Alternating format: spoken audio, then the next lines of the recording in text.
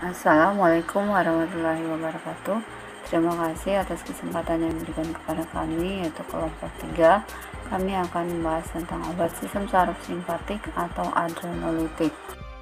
Baik, kita akan mulai dengan pengertian saraf simpatik. Saraf simpatik adalah bagian dari saraf motorik yang bertanggung jawab dalam hemostatik atau peningkatan tekanan. Di sini ada gambar struktur neuron. Nah, ketika rangsangan masuk melalui dendrit, kemudian diteruskan oleh badan sel ke badan akson dan berakhir di ujung akson, maka akan menghasilkan yang namanya zat senyawa kimia, yaitu neuropinefrin. Neuropinefrin atau noradrenalin adalah kimia organik dalam kelompok ketokolamin atau sekelompok hormon yang dilepaskan ke aliran darah sebagai respon terhadap stres fisik dan emosional yang terdapat di otak dan tubuh, berfungsi sebagai hormon dan neurotransmitter. Norepinefrin dan epinefrin, keduanya disekresikan ke dalam darah oleh medula adrenal, mempunyai pengaruh perangsang yang berbeda pada reseptor, yaitu reseptor adrenergik atau adrenoreseptor alfa dan beta. Reseptor adrenergik alfa terbagi menjadi dua. Yang pertama, alfa 1 menyebabkan vasokonstriksi pada pembuluh darah, saluran gastrointestinal, vasodilatasi otot bronkus. Yang kedua, alfa 2 inhibisi pelepasan insulin, induksi pelepasan glukagon, kontraksi sphincter pada gastrointestinal. Reseptor beta adrenergik dibagi menjadi 3. Yang pertama, beta 1 terdapat di jantung, yaitu meningkatkan heart rate atau jumlah denyut jantung per unit waktu, menaikkan kontraksi jantung.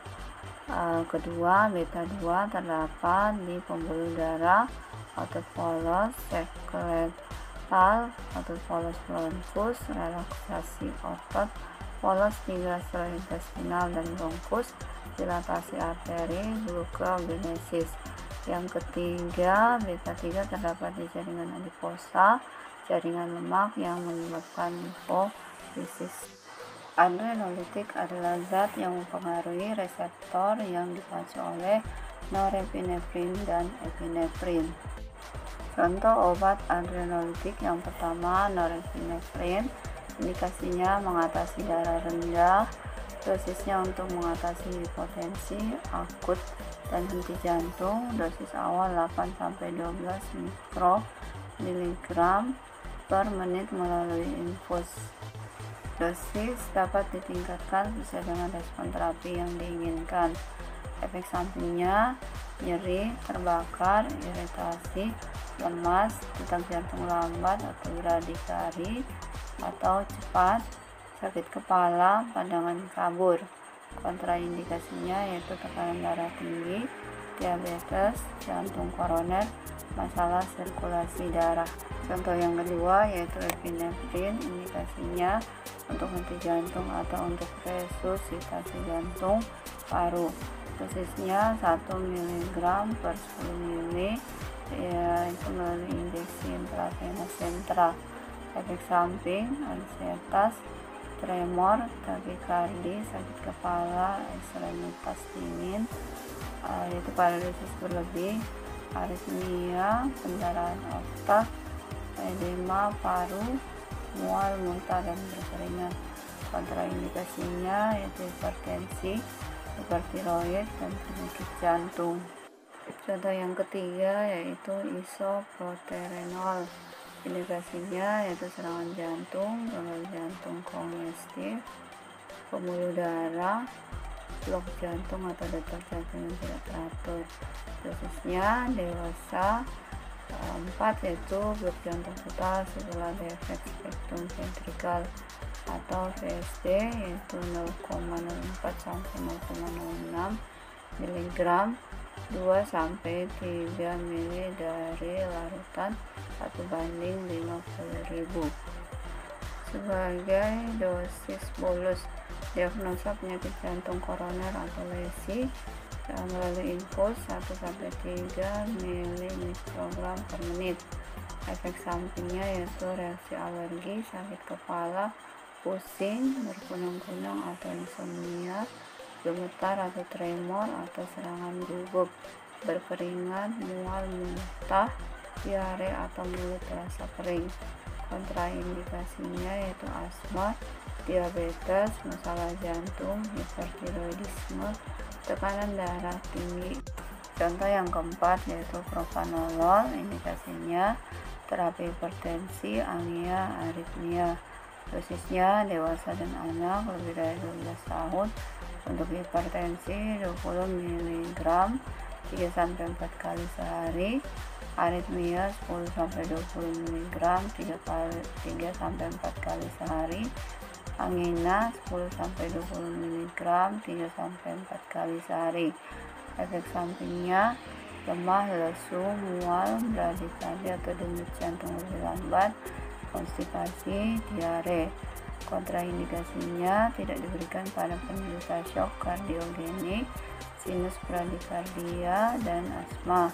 Berhati-hati pemberian pada penderita diabetes, gangguan tiroid, gangguan hati dan ginjal. Yang berikutnya yaitu efedrin, indikasi sesak napas, sesak di dada, mengeh atau napas berbunyi, dan bersin-bersin akibat asma bronkial. Dosisnya 3 kali sehari 15-60 mg, anak 3 kali sehari, anak kurang dari 1 tahun 7,5 mg, 1-5 tahun 15 mg, 6-12 tahun 30 mg. Efek samping takikardia, ansietas, ketegangan, insomnia sering terjadi, juga tremor, aritmia, mulut kering, dan rasa dingin di ekstremitas.